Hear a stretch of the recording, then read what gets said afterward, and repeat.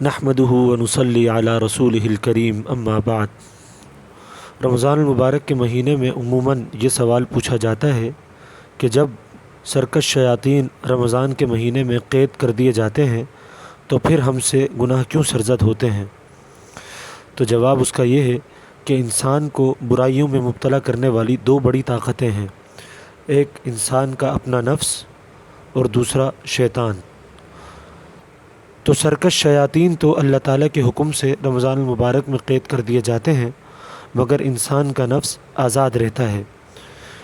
لیکن یہ بات آپ کو معلوم ہے کہ رمضان المبارک کے علاوہ 11 مہینوں تک شیطان کا نفس انسانی کے ساتھ ایک گہرا تعلق اور اختلاط رہتا ہے، اور شیطان اپنے زہریلے اثرات نفس انسانی میں منتقل کرتا رہتا ہے، جس کا نتیجہ یہ نکلتا ہے کہ یہ زہریلے اثرات بعض اوقات انسانی عادت اور طبیعت کا حصہ بن جاتے ہیں، اور پھر انسان عادتاً ان گناہوں کو رمضان المبارک کے مہینے میں بھی انجام دیتا رہتا ہے۔